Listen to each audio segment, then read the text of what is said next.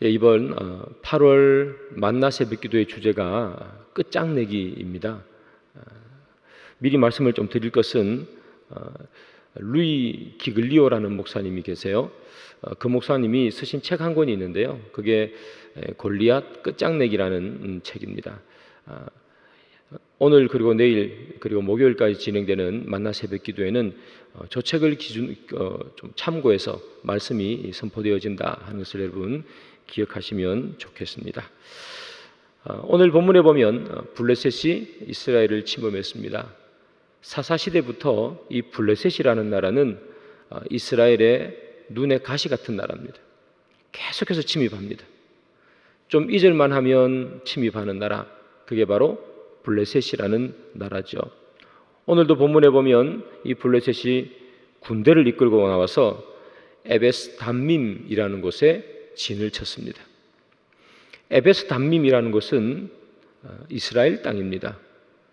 블레셋 군대가 이스라엘 땅에 진을 쳤다는 것은 이미 영토를 넘어와서 침입에 성공했다는 것을 보여주는 거죠.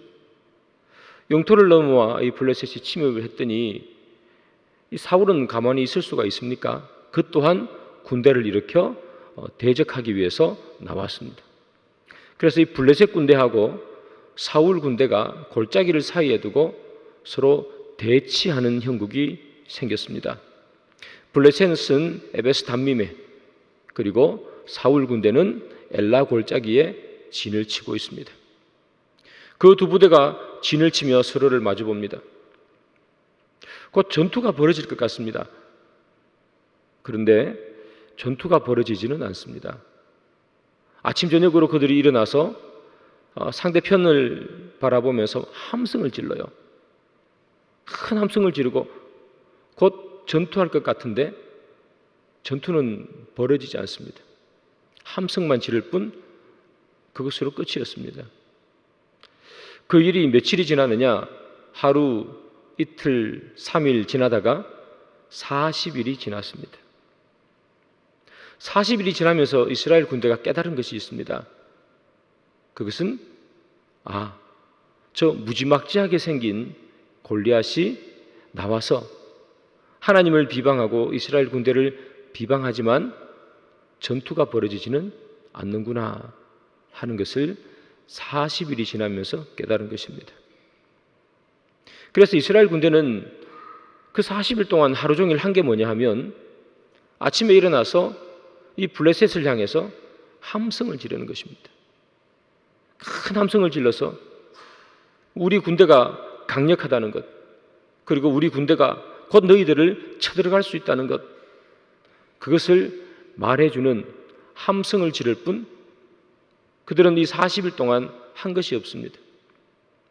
함성을 지르다가 골리앗이 등장하고 그 골리앗이 큰 목소리로 이스라엘 군대를 비방하고 하나님을 비방하면 듣는 것이 조금 두렵기도 하고 그 이야기를 듣고 있으니 불편하기도 해서 잠시 물러납니다. 그러나 그것뿐 그들이 하는 것은 하나도 없습니다. 그렇게 40일이 흘렀습니다. 여러분, 이스라엘은 서두에 말씀드렸다시피 땅을 빼앗겼습니다. 블레셋이 에베스 담밈까지 쳐들어왔다는 것은 이스라엘 영토를 넘어왔다는 거죠. 땅을 빼앗겼음에도 불구하고 그들은 왜 전투를 벌이지 않을까요? 블레셋의 장군인 골리앗이 일어서서 이스라엘 군대와 그리고 하나님을 모욕함에도 불구하고 그들은 왜 분노하지 않고 그들은 뒤로 물러서서 잠시 대기만 할 뿐, 그리고 함성만 지를 뿐 어떤 전투도 벌이지 않는 걸까요? 그 이유는 그들이 불편한 것이 없기 때문입니다. 불편한 게 없습니다. 나라의 땅이 조금 빼앗겼습니다. 그죠? 그런데 그것이 이스라엘 군인들을 불편하게 하지 않았습니다. 왜냐하면 그 땅은 내 땅이 아니기 때문입니다.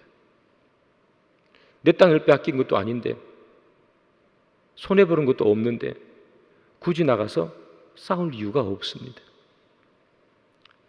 골리앗이라는 장군이 나타나서 막 큰 소리로 비방하잖아요. 그것을 듣고 있는 것이 마음이 불편합니다. 사실 자기 군대를 모욕하고 하나님을 모욕하니까 그 말을 듣고 있는 것이 불편합니다.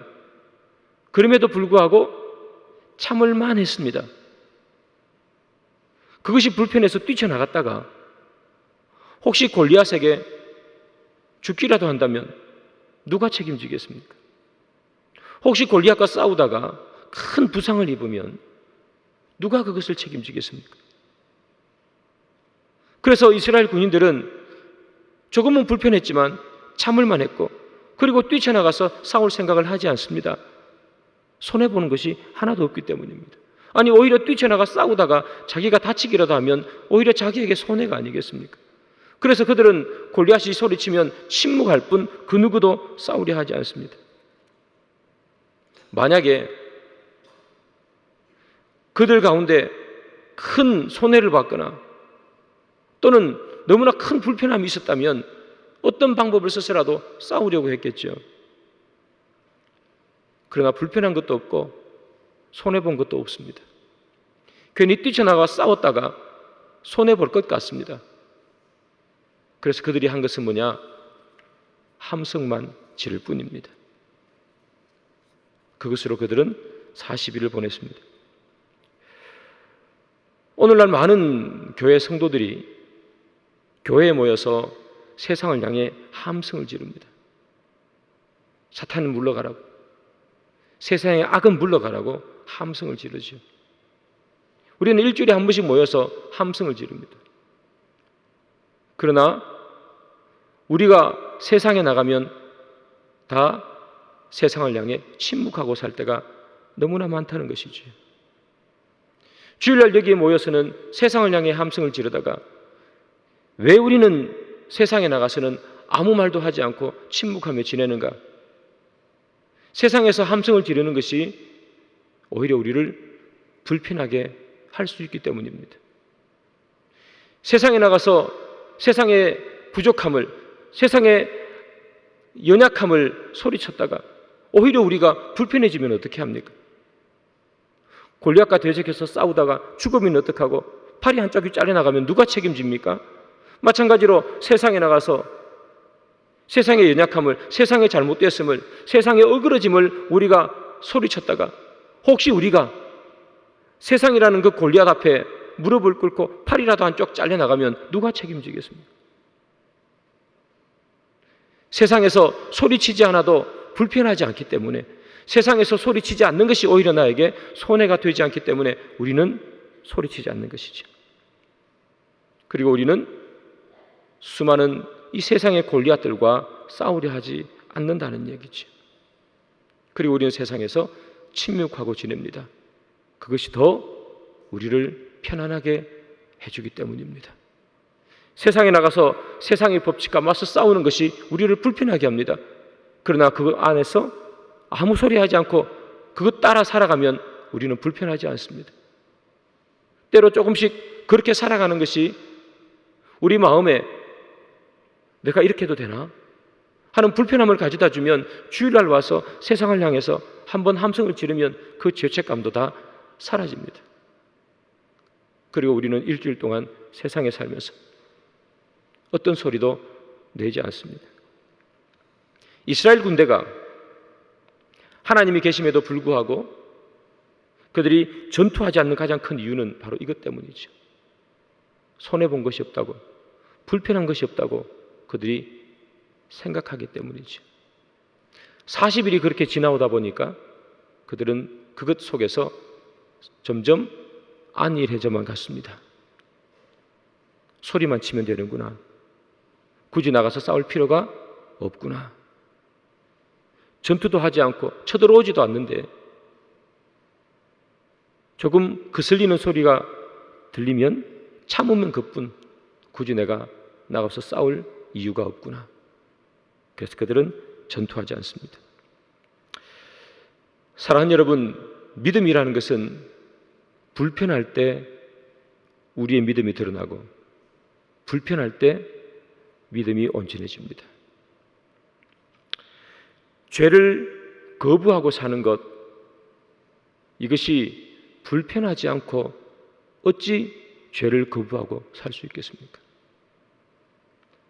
하나님의 형상대로 산다는 것, 우리가 불편하지 않고 어떻게 하나님의 형상대로 살 수가 있겠습니까? 아브라함이 그 먼 길을 걸었던 것을 여러분 생각해 보십시오.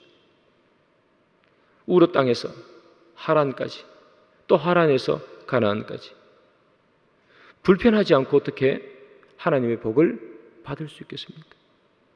하나님, 나는 그 먼 땅을 걸어가는 것이 너무나 귀찮고 힘듭니다. 나는 여기 있는 이 우르 땅에서 나에게 복을 주십시오. 하나님께서 복을 주셨겠습니까? 불편하지 않고 우리가 어떻게 믿음을 드러낼 수 있겠습니까? 이스라엘 군대가 불편하지 않고 어떻게 골리앗을 물리칠 수가 있겠습니까? 그러나 그들이 골리앗을 물리치지 않는 가장 큰 이유는 불편하지 않기 때문입니다. 우리가 우리의 믿음을 지키는 것도 마찬가지입니다, 여러분. 우리가 우리의 믿음을 지키는 것, 불편하지 않고는 믿음을 지킬 수가 없습니다. 다른 사람들이 다 자고 쉬는 주일날 우리는 굳이 교회를 오지 않습니까? 굳이 와서 쉬어야 되는 그날에 쉬지 않고 일하지 않습니까? 교회에서도 봉사하지 않습니까? 불편함을 감수하기 때문에 그렇게 하는 것 아니겠습니까? 여러분, 이렇게 새벽에 나와서 기도드리지 않습니까? 왜 이렇게 새벽에 나와서 다른 사람들 다 자는데, 안 그래도 잠도 부족한데 이렇게 나와서 기도하십니까? 불편하지 않으면 믿음을 세워나갈 수 없기 때문이죠. 여러분들 헌금도 드리지 않습니까? 안 그래도 쓸 것 없는데, 안 그래도 부족한데, 벌어도 쓸 게 얼마나 많습니까? 그런데 왜 하나님 앞에 헌금하십니까? 불편하지 않으면 믿음을 지킬 수 없기 때문입니다. 그래서 하나님 앞에 드리고 부족한 돈이라도 아껴면서 쓰면서 살아가는 것입니다. 그것이 우리의 믿음을 지키는 것이고 믿음을 온전하게 만들어가는 것이기 때문에 우리는 불편을 감수하는 것이죠. 사랑하는 여러분, 영적 전쟁을 합니다. 영적 전쟁 가운데서 우리가 편안하게 살면서 어떻게 영적 전쟁에서 승리할 수 있겠습니까? 세상에서 소리치지 않고 우리가 어떻게 세상에서 이길 수가 있겠습니까? 믿음은 불편함 속에서 자라는 것입니다. 예수님이 얼마나 불편했겠습니까, 여러분? 하나님이신데 사람이 되지 않았습니까? 그리고 십자가를 지지 않습니까? 그렇게 보면 예수님은 온통 불편한 인생을 사신 겁니다. 불편할 때 믿음을 전해줄 수 있는 것이고, 예수님이 불편한 만큼 우리의 구원이 완전해지는 것이죠. 성경에 나오는 많은 위대한 위인들을 보십시오. 그 누구 하나 불편하지 않은 사람이 있습니다. 다 불편하게 지냈지 않습니까? 다니엘을 보십시오. 침묵하고 있으면 편하게 살 수 있을 텐데, 그럼 왜 그렇게 문을 활짝 열어놓고 기도합니까? 불편함이 믿음을 이끌어가기 때문입니다. 에스더는 왜 왕 앞에 나아갑니까? 왜 그런 불편함을 감수합니까? 믿음은 불편함 속에서 완전하게 드러나기 때문입니다. 우리가 편하게 살면서 어떻게 신앙생활을 온전하게 할 수 있을까요? 여러분, 늘 하는 것처럼 학생이 공부를 잘하기 위해서는 불편해야 되지 않습니까? 집에 와서 아무것도 안 하고 놀고 TV 보고 게임하고 핸드폰 보고 그렇게 해서 어떻게 공부를 잘할 수 있겠습니까? 공부뿐만이 아닙니다. 어떻게 해서 자기의 특기를 살릴 수가 있겠습니까? 불편할 때, 그 불편함을 이겨낼 때 비로소 공부를 잘할 수 있는 것이고 자기의 특기를 살릴 수 있는 것이고 우리의 신앙생활을 조금 더 하나님 앞에 아름답게 끌고 나갈 수 있는 것이지요. 편하고자 하면 절대로 우리의 신앙생활은, 우리의 영적 전투는 승리할 수 없는 것이에요. 오늘 이스라엘 군대가 보여주는 것이죠. 전투하지 않아요. 나라의 땅이 빼앗겼는데도 빼앗을 생각도 하지 않습니다. 그저 소리만 치지 않습니까? 손해보는 것 없고 불편한 것 없으니 그렇게 지내는 것 아니겠습니까? 그래서 바울이 하는 말이 이런 말입니다, 여러분. 고린도후서 12장 10절이에요. 그러므로 내가 그리스도를 위하여 약한 것들과 능력과 궁핍과 박해와 공고를 기뻐하는 이는 내가 약한 그때에 강함이라. 얼마나 불편합니까, 여러분? 능력과 궁핍과 박해와 곤고, 얼마나 불편합니까? 그러나 바울이 하는 말이지 않습니까? 바울이 왜 그렇게 궁핍과 공고를 견뎌냅니까? 왜 그렇게 불편합니까? 그때 비로소 강해지기 때문에 그렇습니다. 약할 때 강해지는 거예요. 능력과 궁핍과 박해와 공고를 받아서 약해질 때 비로소 강해지기 때문입니다. 한없이 약해질 때 비로소 하나님을 의지하는 것이고, 하나님을 의지할 때 기가 막히게 우리 가운데 역사하시는 하나님을 경험하는 것입니다. 그때 비로소 우리는 강해지는 거예요. 능력받지 않고 궁핍하지 않고 박해받지 않고 공고 없이 이 세상에 살 때에 아무런 불편함 없이, 아무런 영적인 꺼리낌 없이 편안하게 사는 것이 우리를 강하게 하는 것이 아니라는 거예요. 불편할 때 강해지는 겁니다. 사랑하는 여러분, 골리앗이 하나님을 비방해도 이스라엘 군대는 꼼짝도 하지 않습니다. 조금 불편했지만 하나님의 비방하는 소리, 그들의 군대를 모욕하는 소리가 듣는 것이 불편했지만 참을만 했어요. 그렇게 40일이 지나갔습니다. 40일이 지나니 이제 익숙해져 버렸습니다. 그의 군대를 모욕하는 소리를 듣는 것도 익숙해지고, 하나님을 비방하는 것도 익숙해지고, 그렇게 비방해도 전투가 일어나지 않는다는 것, 쳐들어오지 않는다는 것도 이제 익숙해져 버렸습니다. 그래서 그들은 싸우지 않습니다. 싸우지 않으니까 이길 수도 없습니다.